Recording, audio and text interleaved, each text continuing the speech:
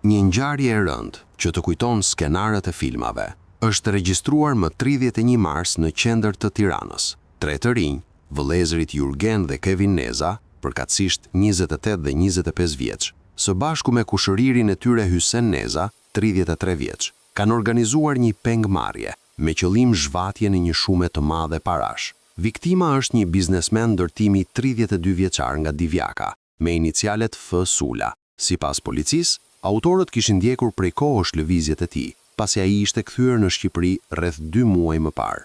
Ngjarja ka ndodhur pranë zonës së Ish Parkut, ku biznesmeni po konsumonte një kafe. Në momentin që i është drejtuar makinës, 3 personat i janë afruar të maskuar dhe duke u prezantuar si agent të BKH-s, e kanë detyruar të hipte në automjet dhe e transportuan drejt një magazine në zonën e Xhavzotajt. Fillimisht i kanë kërkuar 2 milion euro, por pasi ai refuzoi duke deklaruar se nuk dispononte një shumë të tillë, e dhunuan fizikisht dhe ulën kërkesën në 1 milion euro. Edhe kjo shumë u refuzua nga 32 vjeçari, çka bëri që pengmarrësit ta zbresin shumën në 500.000 euro.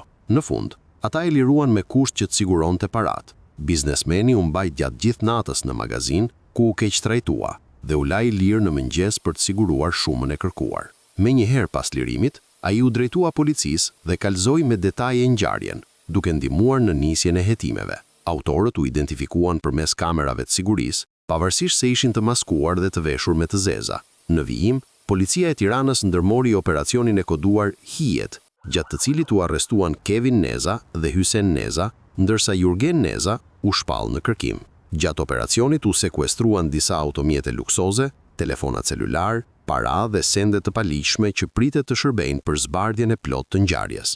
Sipas informacioneve, 3 të dyshuarit janë persona me precedent penal për vjedhje dhe konflikte, si edhe të njohur për përdorim të lëndëve narkotike. 2 të arrestuarit nuk kanë dhënë ende deklarime para grupit hetimor.